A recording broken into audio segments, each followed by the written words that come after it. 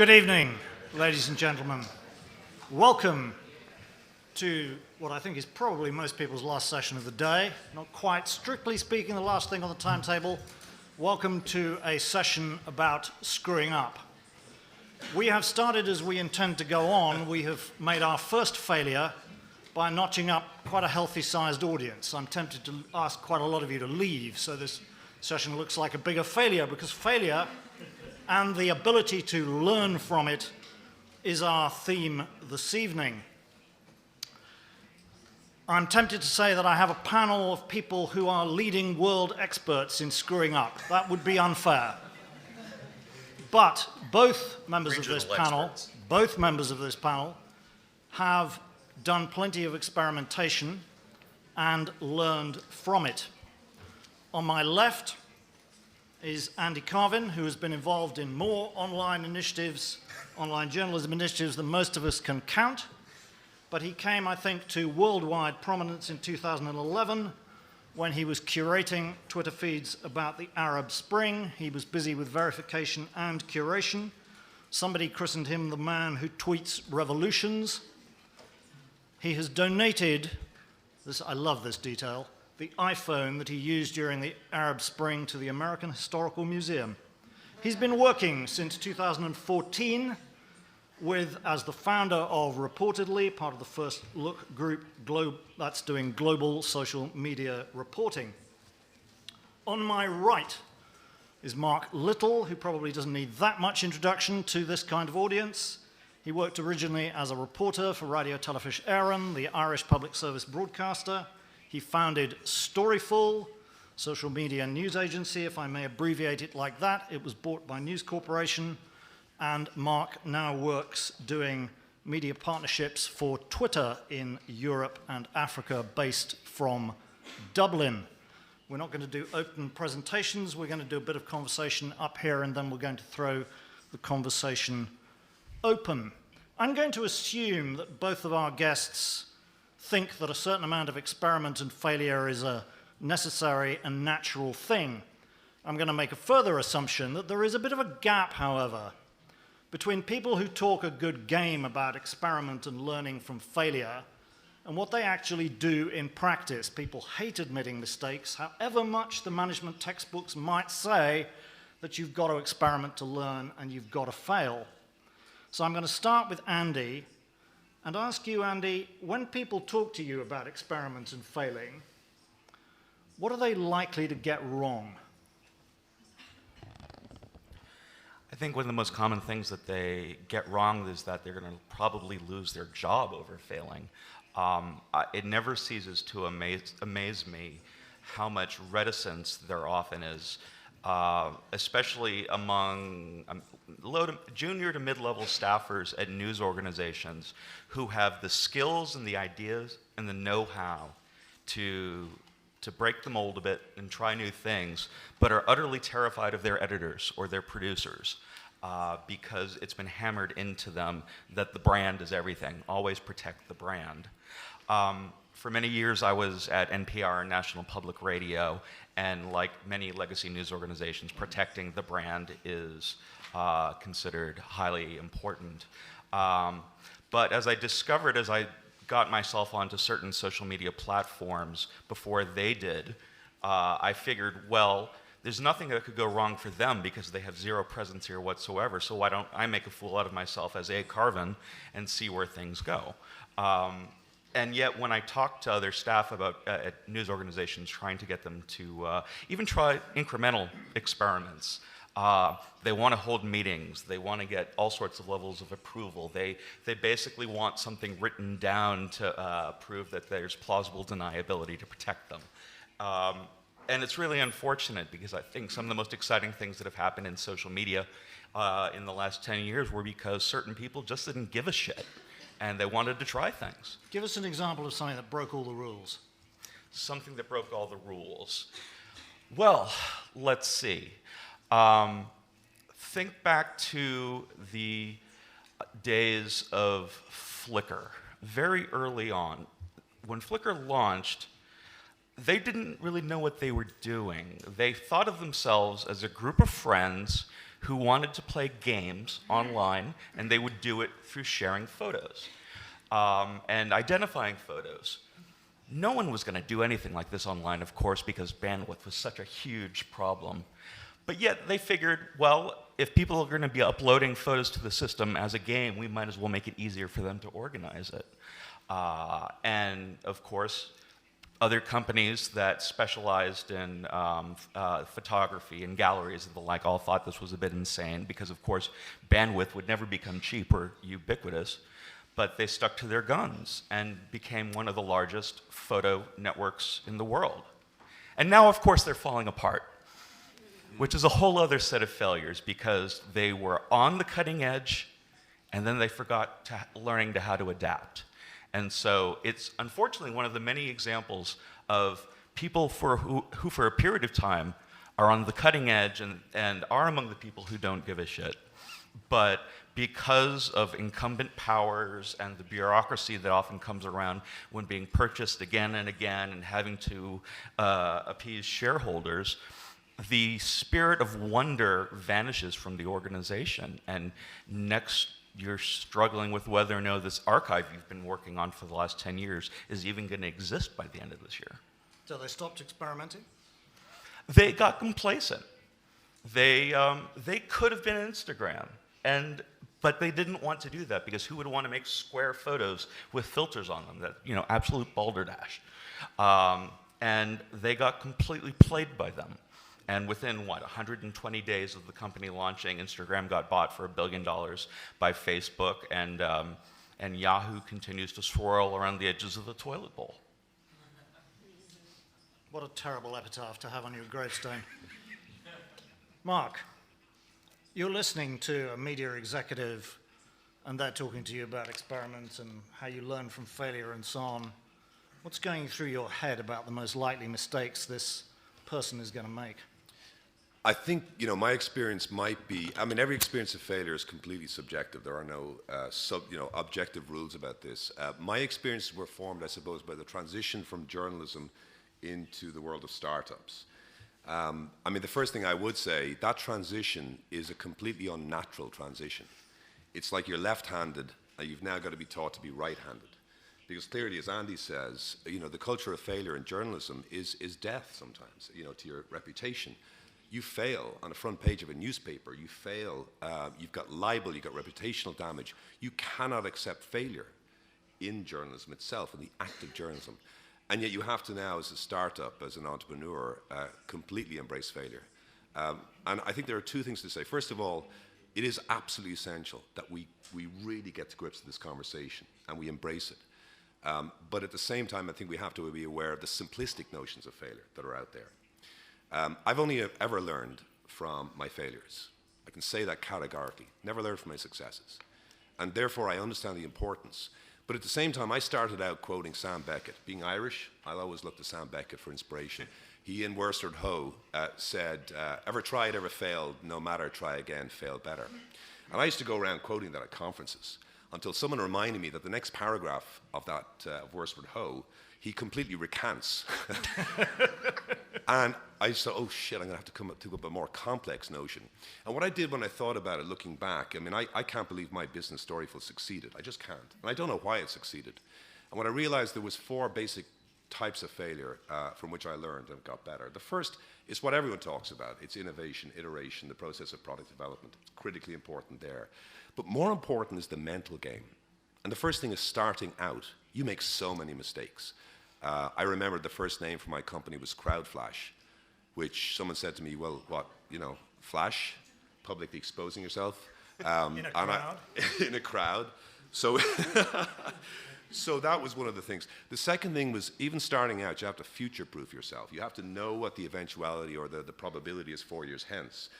So when I sold the company, there was a mistake in the share options we'd allocated to our staff, where there was a mistake made that threatened the acquisition of the company in the last 24 hours.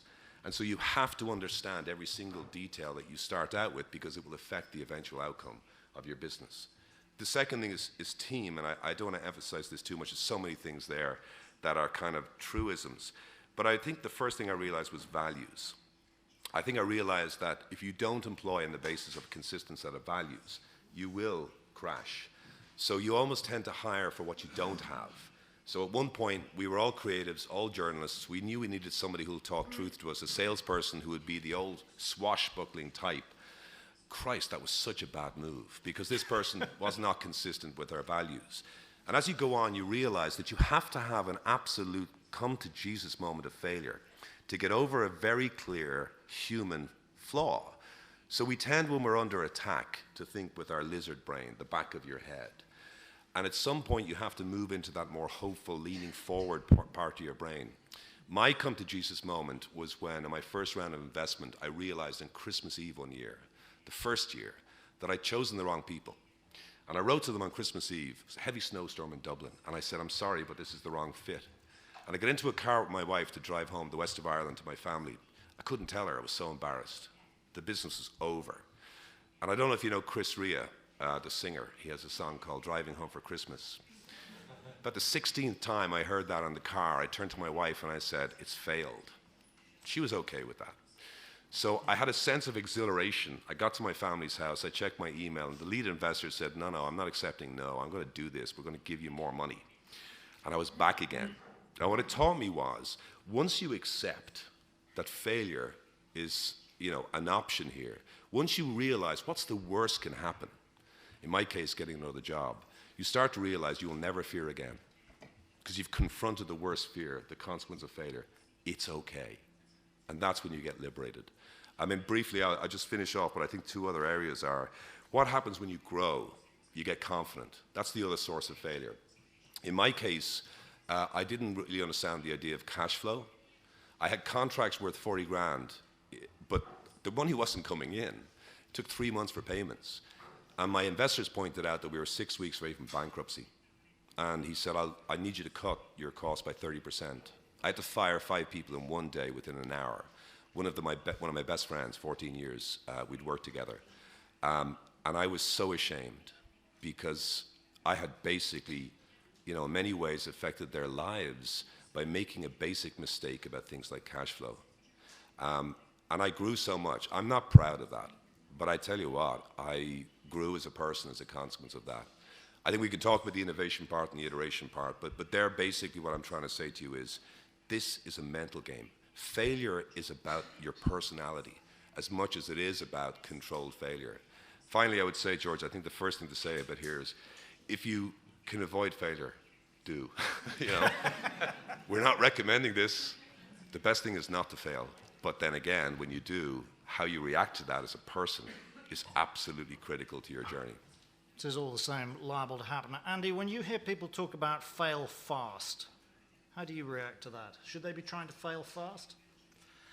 Well, I think some people love the alliteration of the phrase and treat it as this mantra that you have to learn from your mistakes so quickly that you sometimes jettison things that maybe if you just give it a little while longer might have actually worked out.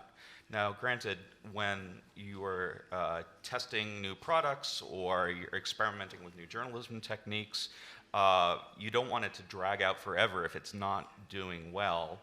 But after a while, when something isn't going well, there's often this human tendency to go into denial and to keep either throwing money at it or throwing capacity at it, whatever it might be, until you almost need an intervention from others to make you realize that it's time to stop doing what you're doing.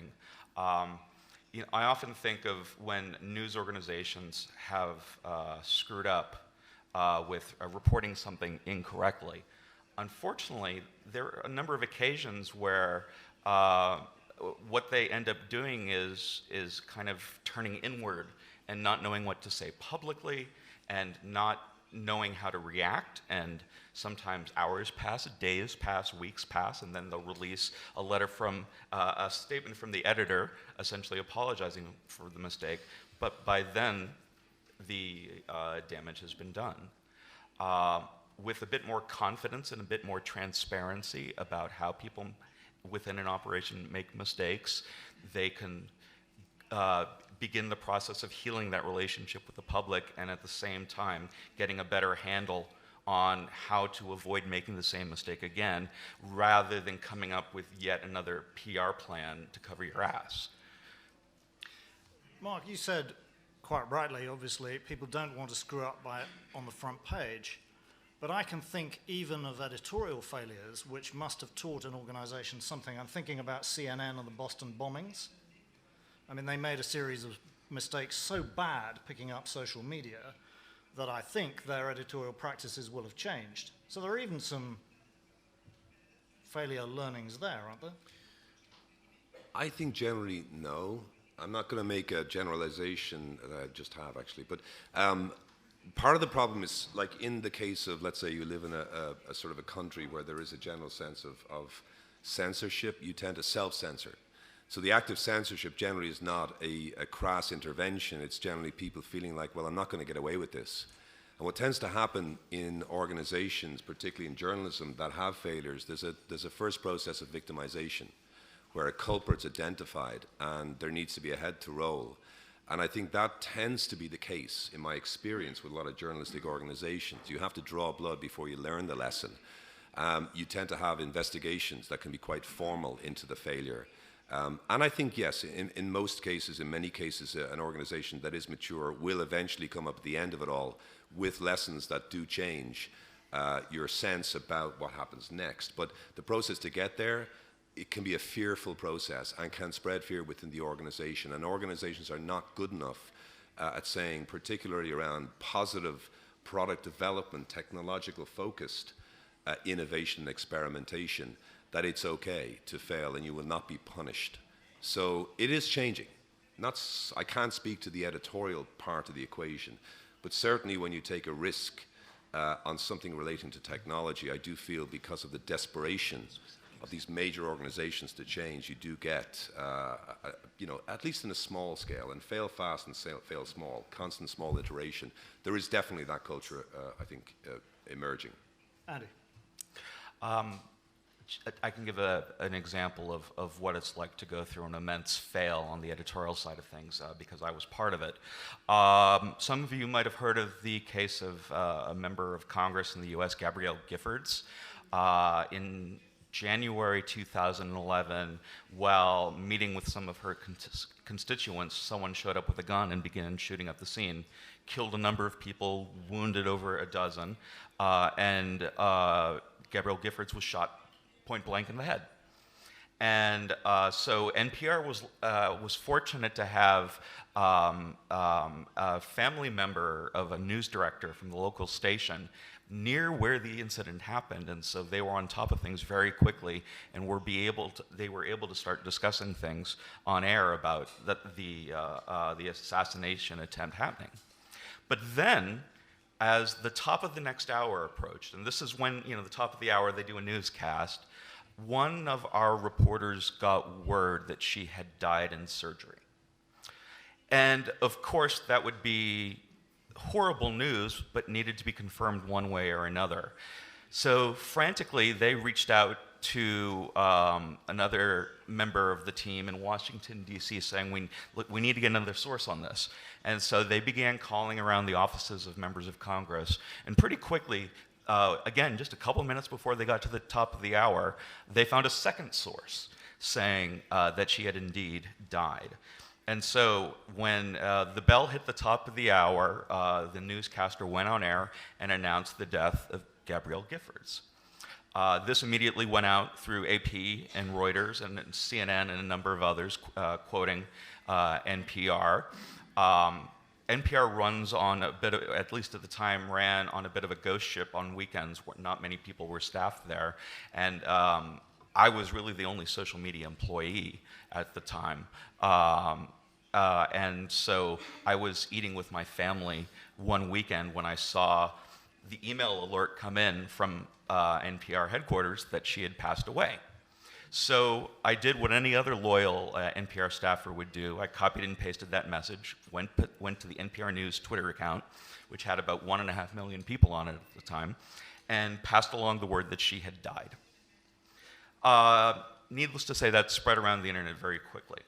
But within about 30 seconds, I started getting messages from journalists and colleagues all over the place saying, we're hearing the exact opposite. Where are you getting this from? Last we heard, she's actually in surgery and they think she might survive the night.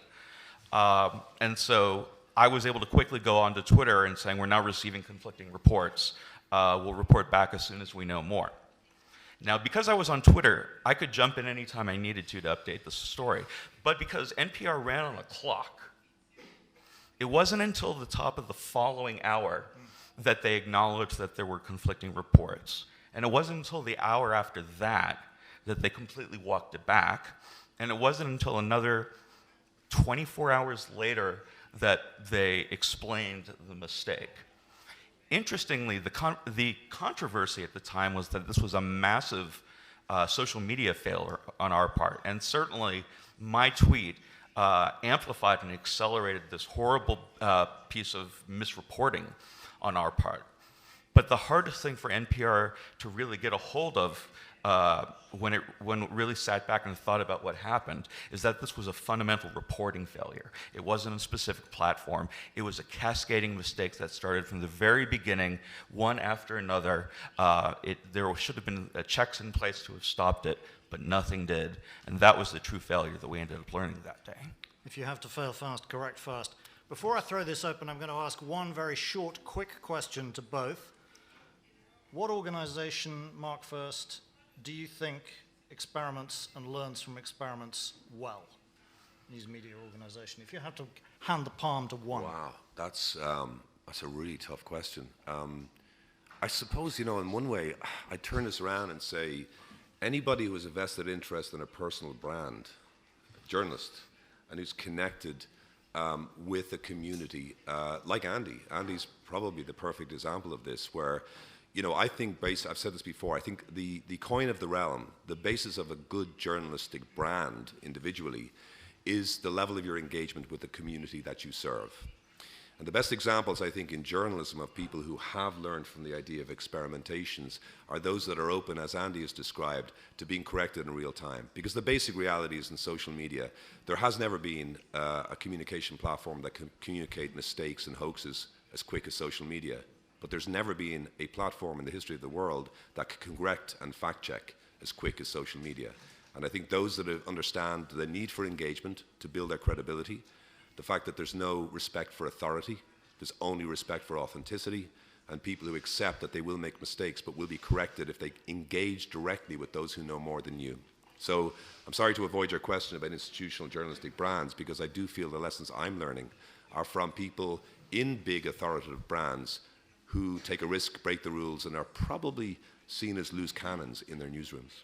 You want to name anyone? Andy Carvin. Sorry. Okay. Okay, Andy, you get to name somebody, but you can't nominate yourself because you've already got it. Okay. WNYC and the Center for Investigative Journalism. WNYC is the local NPR station in New York City. Historically, NPR has had the reputation of moving at a snail's pace in terms of innovation, and things have improved drastically over the last 10 years. But when you look at a local station trying to figure out ways of innovating in their own community and connecting with that community, I think WNYC has done a great job. Similarly with the Center for Investigative Journalism, that they have a culture of doing these enormous investigative projects, but then trying all sorts of creative ways of looking at the data, writing software to see if it can perhaps shed light on something in a new way. And one thing I think they both have in common is I think some of the people there, they come from the culture of makers, folks who believe in tinkering and testing, and if something catches fire accidentally, they get excited, and once they put the fire out and fix their singed eyebrows, they quickly blog about what went wrong. And those are the people I love, because they never get aggravated by the setbacks, because they, whether they articulated it or not, they still learn something from the process, and they're willing to keep at it again and again and again until they get it.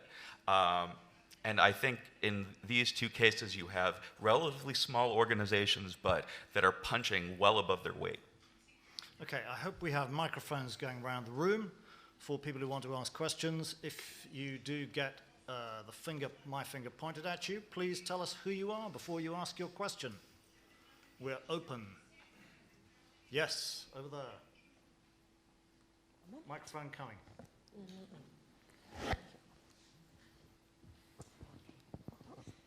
Hi, I'm a journalist from the U.S., and I'm not sure if this is related to failure or fear about protecting the branding, but why do you think that print media was so reluctant over many years to embrace social media, to get out in front of it, to use technology to its advantage? Do you think that's related to fear or just ignorance, or not sure? Mark. Thank you. I think part of it is the mythology that grew up around the old newspaper journalists with the sort of pork pie hat, the press card sticking out, who ran for the telephone or the telegram to communicate the great scoop and, you know, basically fought the system. Like, I remember the Gabby Gifford story, and I remember the tweet from a local journalist saying in uppercase caps, "She is not dead." And I remember it's probably one of the people that Andy saw as well. And about 2-3 months later, well, maybe a little longer, you remember The Newsroom, written by Aaron Sorkin, the drama? I hate that so much, because this particular episode, in that fictional account, Gabby Giffords is not dead because some intrepid journalist on the team just decides to make the last minute phone call to save the broadcast, and social media in that case is castigated because it's spreading the rumor.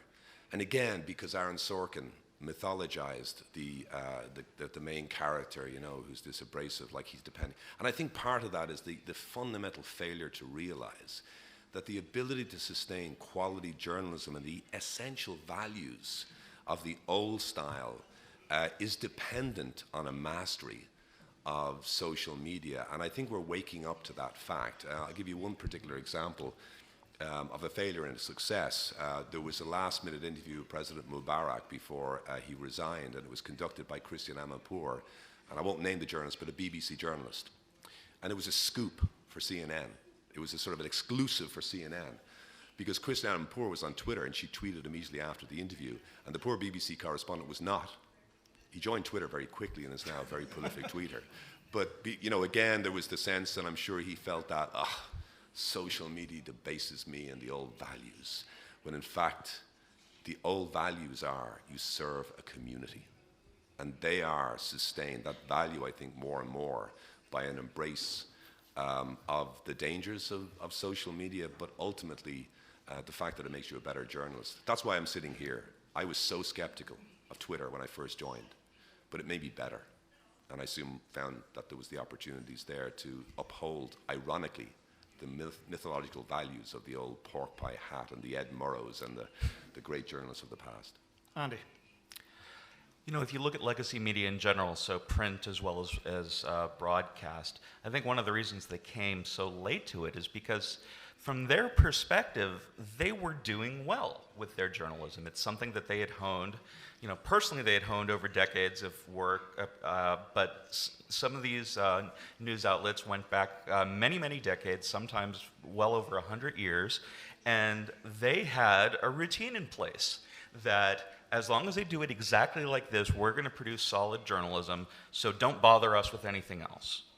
And so as some of the early social media tools and other things came along, I mean, even way before that, I mean, experimenting with listservs and bulletin board services in the late 70s and early 80s and 90s, I mean, there were only so many folks playing around them then because they didn't want to rock the boat. You know, they wanted to make sure the print run happened on time, that they hit their peg at the top of the hour. And then when the business models for each started to fail, as advertising started shifting away from legacy media and not really going anywhere from there, as the panic began to set in, I think there was a period of time where some of them blamed social media, or they tried social media briefly, got scared of it because of the potential of damaging the brand even worse, and then avoided it for a while. Now, this is one extraordinarily gross generalization I am making here, of course.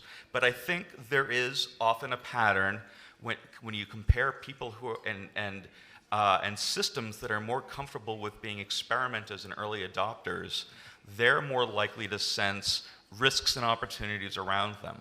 Whereas entities that tend to be much more conservative, not politically, but with the system as it works, even potential benefits can be seen as a threat for a period of time. And I think that's what happened in many cases with a lot of news organizations. Can I just add to that as well? Sorry, one thing I realize is that a lot of legacy media make a decision because there used to be only two sources of revenue, advertising and circulation, that to replace that, they need to find an equally small number of revenue sources. And therefore, they make these big bets on things like paywalls because their mentality tells them, if we lost this big source of revenue, there needs to be another big source of revenue, when in fact the solution lies in multiple iterations around tiny things like the load time of your article or how you counter ad blocking. And so therefore, they're not used to the concept of thinking about rapid, agile innovation. They're looking for the great big silver bullet.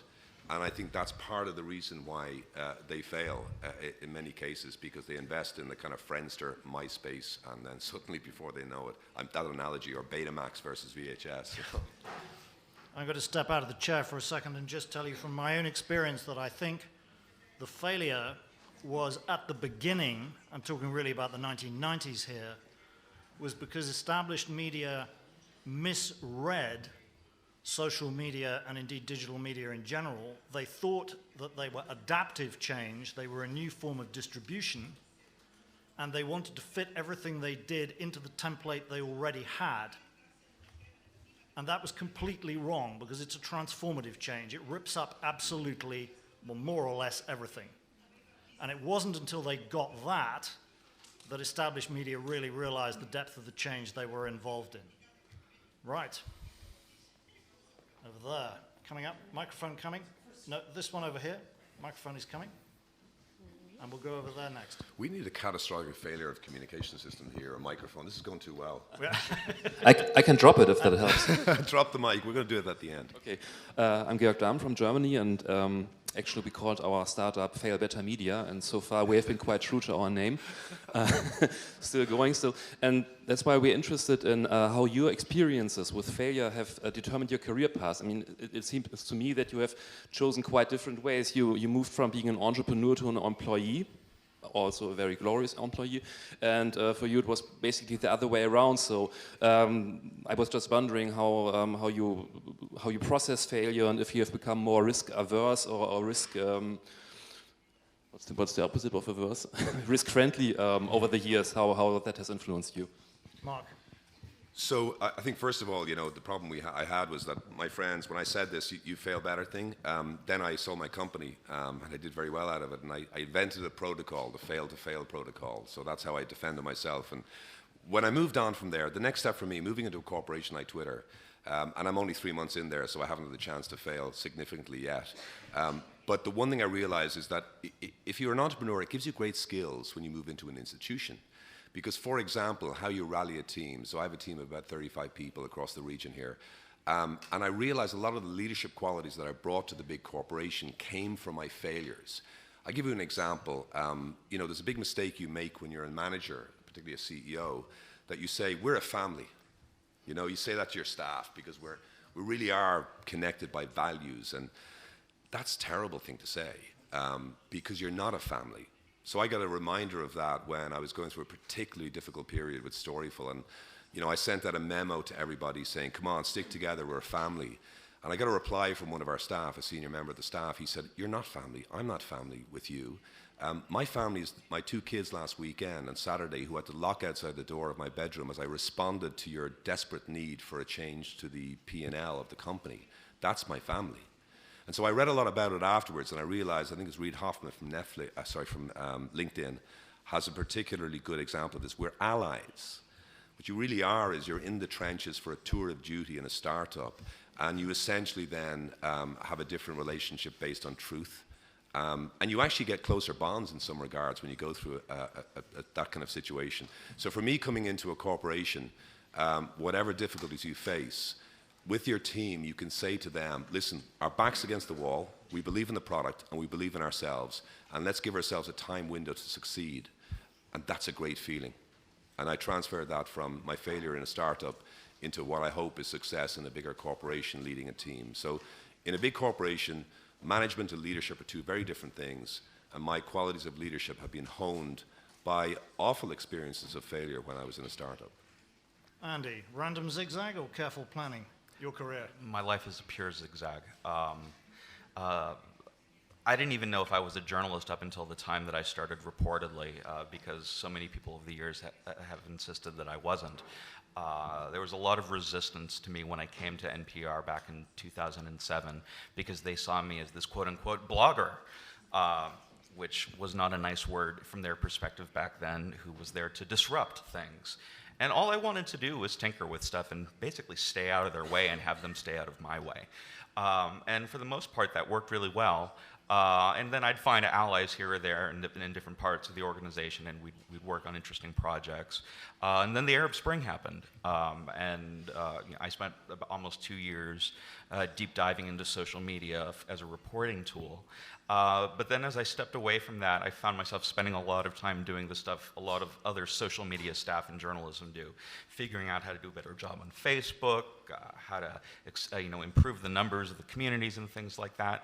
And then I suddenly had this realization that I had become completely complacent when it came to why I started doing this in the first place, and that I had allowed this notion of working in online communities go from developing relationships to figure things out to trying to optimize a transaction with them.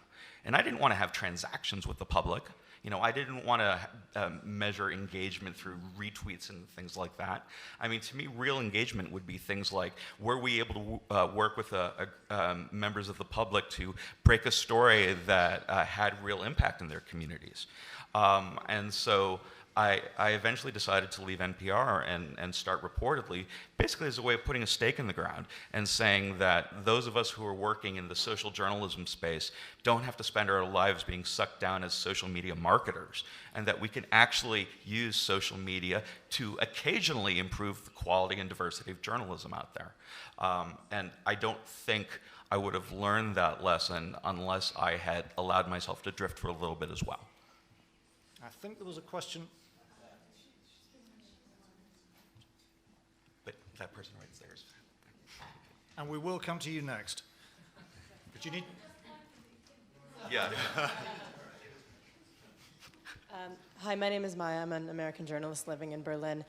I wanted to hear from you guys basically sort of what you think needs to happen next in terms of innovation in the media sphere. Because what I've seen, I know the American media market best, I'm not sure what it's like elsewhere, but what I've seen basically is every single media outlet these days is hyper-focused on social media engagement and trying to become more like BuzzFeed, and it's really just kind of disgusting and icky to look at.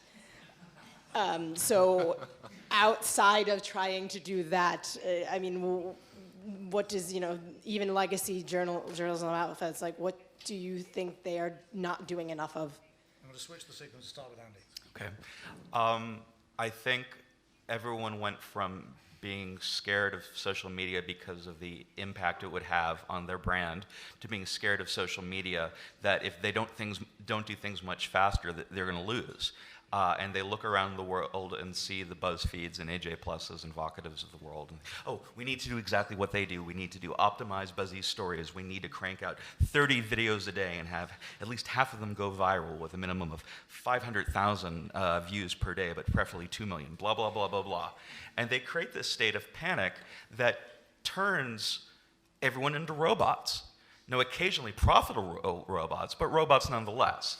But the thing is, you can only create so many organizations like that and be successful. You're going to have the handful of ones that really do it well, and all the also-rans who end up laying off half of their staffs because they suddenly feel like they need to pivot from one direction to another. And no, I'm not talking about an organization that rhymes with hashable. But unfortunately, that's what happens. Everyone tries to figure out how do we latch on to what we think is the next big thing, but the next big thing has already happened. So why not just figure out who the hell you are, who you serve best, work on that mission, and make good journalism, and empower your people to do a good job. And yeah, it's not going to be easy. You might be scratching by with a bit of money for a while, but do what you have to do to make good content, and don't just become another one of these optimization monkeys. I've got a funny feeling that Mark's going to agree with you. Yeah, I'll fail to disagree. Choosing to put it that way. You put your finger on a really interesting thing. I think that first of all is a failure to understand a basic principle of physics, the Heisenberg principle. Right? Now I'm going to translate this in a way that most physicists will disagree with, but it's the idea of watching the object and missing the momentum. You spend too much time looking at the success of a BuzzFeed, and what you realize is that the actuality of your business is 2 years ahead. And actually, the only time that you're succeeding is nobody knows what the fuck you're doing, right? That people are like, why are you doing that? Well, you know, that means that you're ahead. You're not looking to be the next BuzzFeed. The next big thing is being invented right now in some basement by a 17-year-old in Manila. You know, so you've always got to be thinking about not where it is, but where the momentum of your audience is going. Second thing is the dictatorship of data. So, you know, confirmation bias means when you see a bunch of analytics telling you that you've got 10 million clicks on a certain platform, you have the confirmation bias that means I've got to put more furry cats up. When in fact the momentum is that if I have 10,000 clicks on something and 20 minutes engagement with what was clicked on, the value is enormous from that. And it's starting to be recognized, and we're starting to talk about clocks, not clicks. So I think that's something is don't look at your data to confirm what you already do, and don't be locked into it because data is very complicated. I suppose, you know, from my point of view, those are the two big things, is that just be very careful about presumption on the basis of what is. You have to understand the momentum going on in particularly user behavior. There's a third thing I've failed to remember, but I'll come back to it. Right, we failed to take any questions from this side. No, there isn't a single hand. Okay. Where am I going? Yes, over there. Hi, my name's Una. I'm a journalism student at Cardiff. I was just wondering if you were going back into quite a traditional newsroom today, particularly broadcast, how would you convince an editor that it might be okay to experiment? You're the broadcast journalist X. Nothing succeeds like success. You know, like in the bottom line is an editor will not recognize the need for innovation or unless you have some needle that's moved as a consequence of your experiment. So the first thing is, you know, obviously seek forgiveness, you know, not permission. That's the first thing. But choose something where, first of all, it's small enough that it doesn't bring down either the reputation or the financial performance of the company. Don't tell anyone you're doing it. Try to get a cross-functional team, not just a developer, or not just if you're a developer, you know, people like you, get someone from business development, and make sure you have a data point that's real to move. And if you can have a needle move a small amount, and you go to your editor and said, if you gave me a team of 5 people, that needle would start moving dramatically, and that may be something you can integrate into the infrastructure. A final thing, I just remembered my third thing.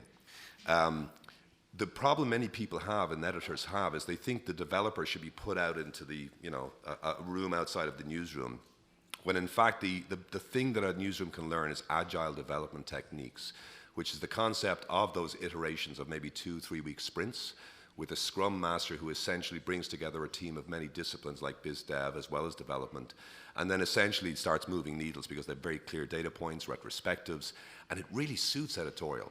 The problem that stops it is that basically, with all respect to developers, like journalists are ADHD, they're attention deficit. Oh, there's a new thing.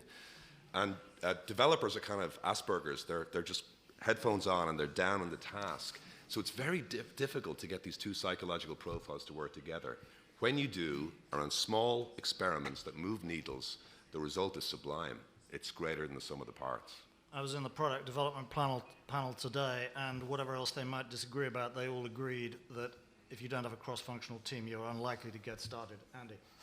I agree, excuse me, I agree with everything that's been said, so I won't pretend to make up any other good ideas, but I will add a warning, I think. Trust your instincts and get a sense relatively quickly if there's any hope for them. Not every news organization or every broadcaster is going to make the transition successfully. And I know a lot of good people who fought a good fight at organizations to ultimately not accomplish anything except extend their jobs and be in a bit of misery during that time as they tried to innovate, but were just banging their heads against walls. I think if you get a sense in a newsroom that their traditional habits of how they work, potential arrogance towards new ideas, if that is so ingrained in them, it's not likely that they're going to change anytime soon. So I would probably first just ask myself, what am I even doing here? Yep. Hello there. My name is Ezra. I'm working for VRT, which is a public broadcaster. And a question, maybe also Andy knows this from experience. What if you're too big to fail? You know, like you're a public broadcaster, there's big expectations, and they don't like you to experiment and fail. Well, I don't know how well I can answer this because public broadcasting in the US is structured very, very differently than it is in Europe, especially in the sense that public broadcasters in America have no resources whatsoever. The government barely gives them a dime. About 1 or 2% of their budgets actually come from the federal government. And so even though they historically have been traditional in how they operate, they also at least are able to see that eventually they need to be more nimble. NPR was early on experimenting with podcasts, social media, working with PBS, the public television network in the US. They developed a system known as an API. I don't want to get too technical, but it's basically a way for different databases of stories from all around the US for different NPR and PBS stations to talk to each other to make it easier for that information to flow and allow people to localize their content more easily, or have a story that may start local and let it grow nationally. They're doing these things not because they're really geeking out on innovation. It's that they're also trying to figure out how they're going to be around in 20 years. They've already had that come to Jesus moment, knowing that we have to try these things or ultimately we're going to be in trouble. It doesn't always mean that they do a great job at it, but the writing's been on the wall for a long time, and at least they were lucky enough to put the glasses on before it was too late. So I spent 20 years in the public broadcaster, and one of the things I realized is the failure is to recognize the advantages you have over private broadcasters, which is essentially that you are generally more secure. You have a deeper connection because of your public service mandate, and particularly regionally, to connect with communities because it's your obligation. Therefore, you are actually connected more, I suppose, to the emergence of digital communities because that's what you have to serve. And as people's activity moves on to social and your obligation is to connect with communities, you actually have an advantage there. Now, some smaller organizations like YLE in Finland has been identified as a particularly innovative broadcaster, and it's much more local. So I think you've got that advantage. You've got lots of different advantages. Public service broadcasters who do radio. Radio call-in shows were the original social media.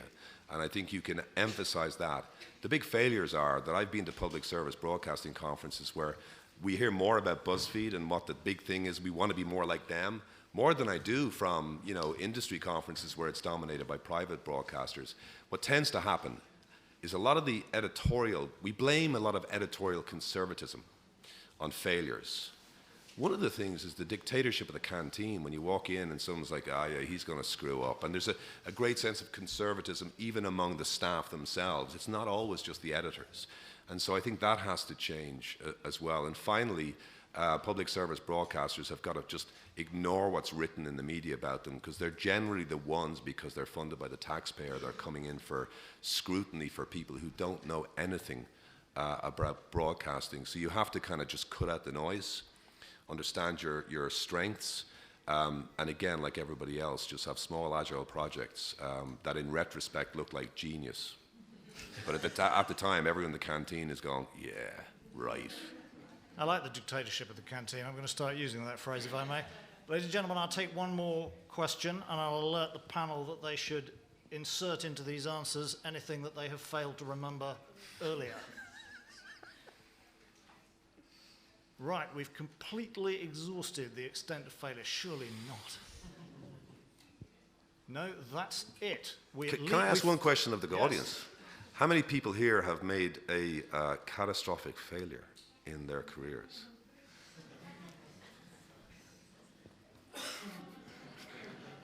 Well, what are the rest of you waiting for?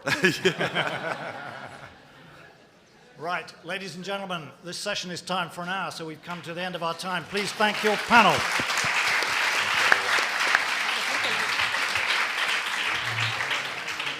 Thank you very much, gentlemen. Thank you. Really enjoyable. Hey, Hey, Hello. man, how's it going, I man? have my format feed. I know, yeah. How are you doing? I know. Hi. Yes. Nice to meet you. Sure, yeah. I came up with the concept of the fair. I told you journalism, by the way. Did you? Jen, that's what I've been doing. I don't go to Jen.